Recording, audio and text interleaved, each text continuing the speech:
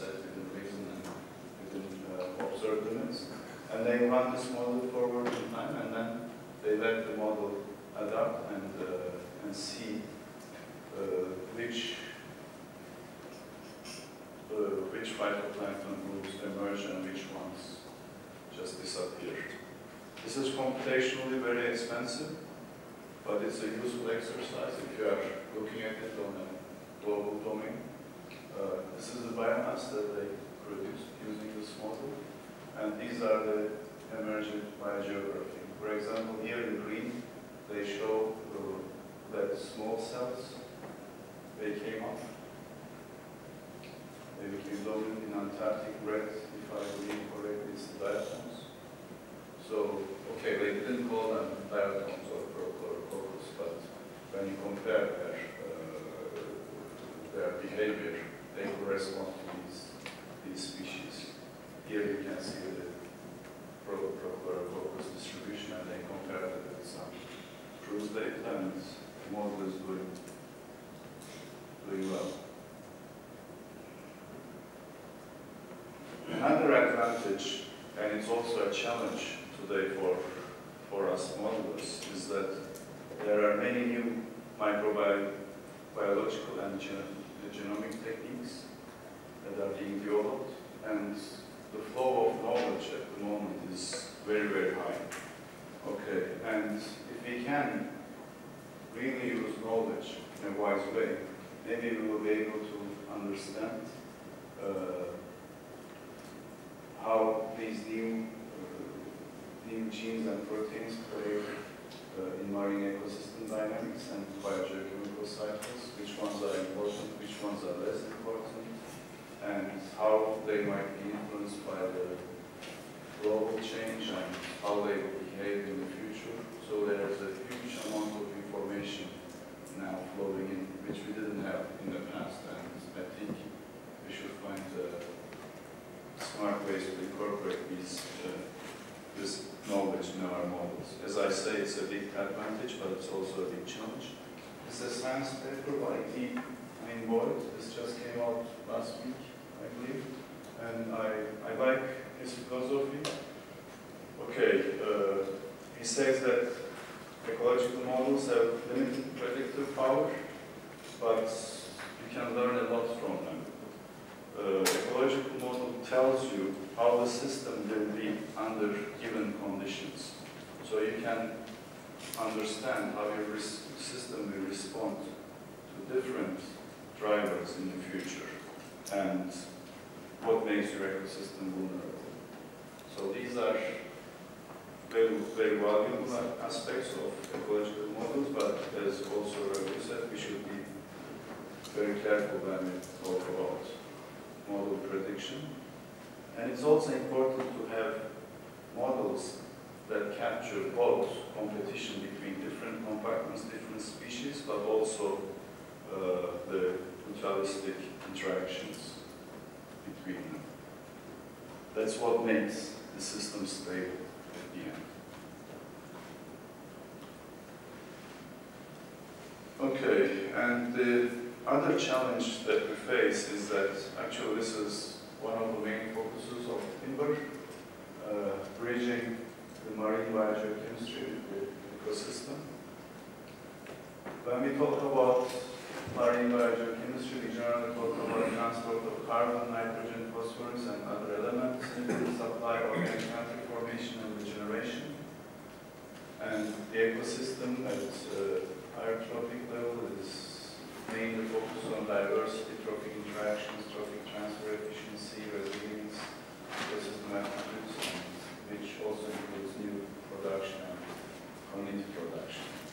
But when you look at these two, what you see is that they both include the zooplankton compartment.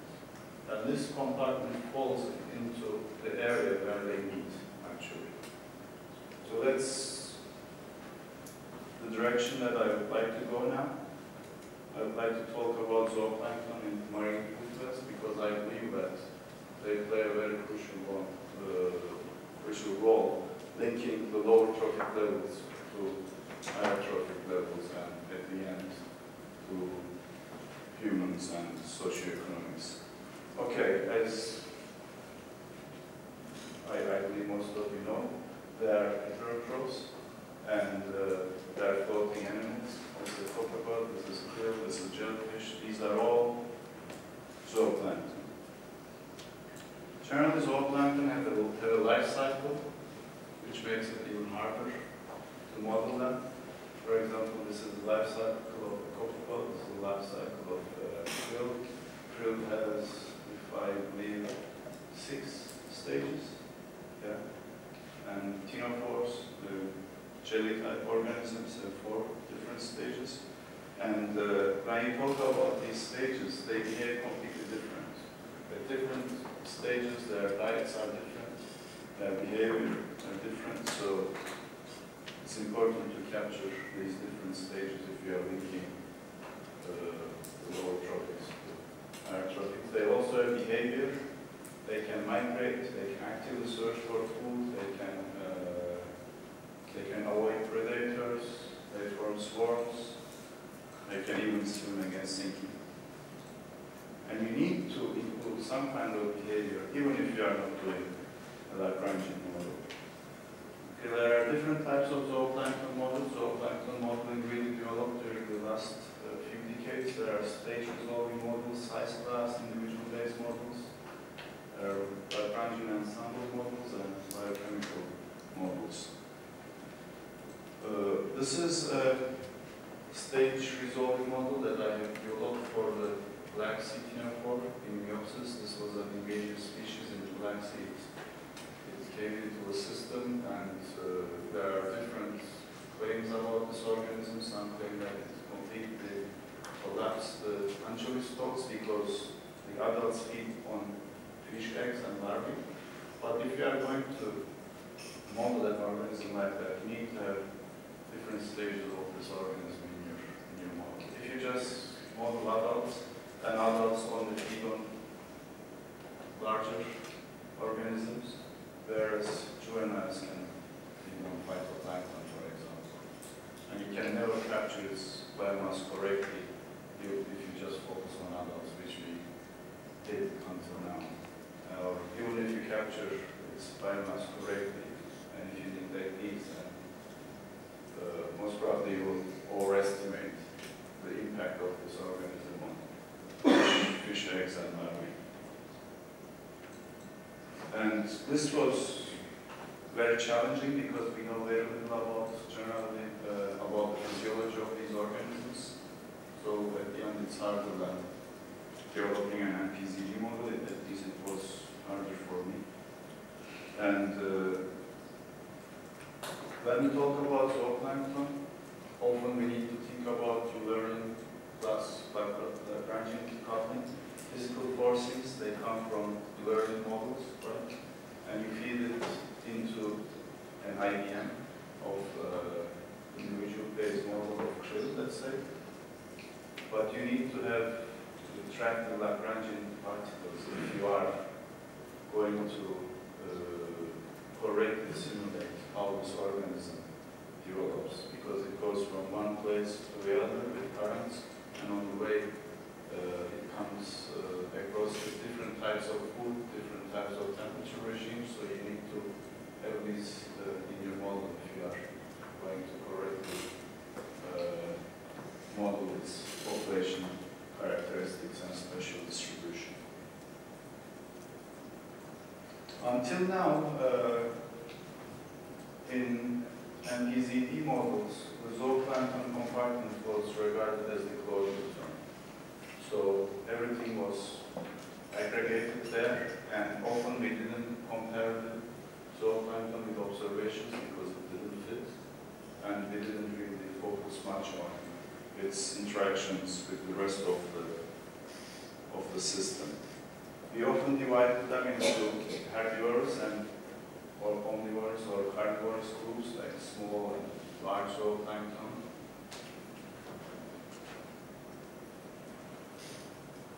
But I believe this introduced many problems even in our carbon export models. And now we think about zooplankton as links between lower and higher trophic levels. don't know if I had that slide here, yes. We talk about ecosystem services, and when we talk about ecosystem services, we tend to think about fish. But I believe the biggest ecosystem service that the marine ecosystem provides us is the carbon export. Because this is invaluable. The carbon that they take up from the atmosphere and then they synthesize and then they dump it into the ocean floor. Without this service, we would be losing a lot. And without having proper zooplankton processes, generally, carbon flax models, they do not represent the carbon sequestration and carbon export to the ocean bottom correctly, because if we don't have the effects of zooplankton raising fecal production, then it's hard to correctly estimate how much carbon is being carried to the ocean floor, right? And the other thing is the link between lower trophics to higher trophics. Again, in order to transfer energy from lower trophics to higher trophics, we need to have different levels of zooplankton models. I will come into that. Okay, recently, with end-to-end models, we started developing end-to-end models, and there's a huge progress on this. But the challenge here, as I have mentioned, is to dynamically represent zooplankton in these models, to couple them with the lower trophics. Again, this is a table from our recent paper, and this was Eileen and her co-authors on this. These are just some examples of lower trophic level models and end-to-end models that combine lower trophic level models and higher trophic level models. One example is number of fish, for example, and another example is Atlantis. Number of fish was built on an MPZP model. Okay, so they had the zooplankton compartments as the closure terms, but they modified the model to include fish on top. Of course, this does not represent the fish food in a very realistic way, because fish doesn't just go and feed on large zooplankton, small zooplankton. But this is an approach, and it's a useful approach. But a more complete approach is the Atlantis model.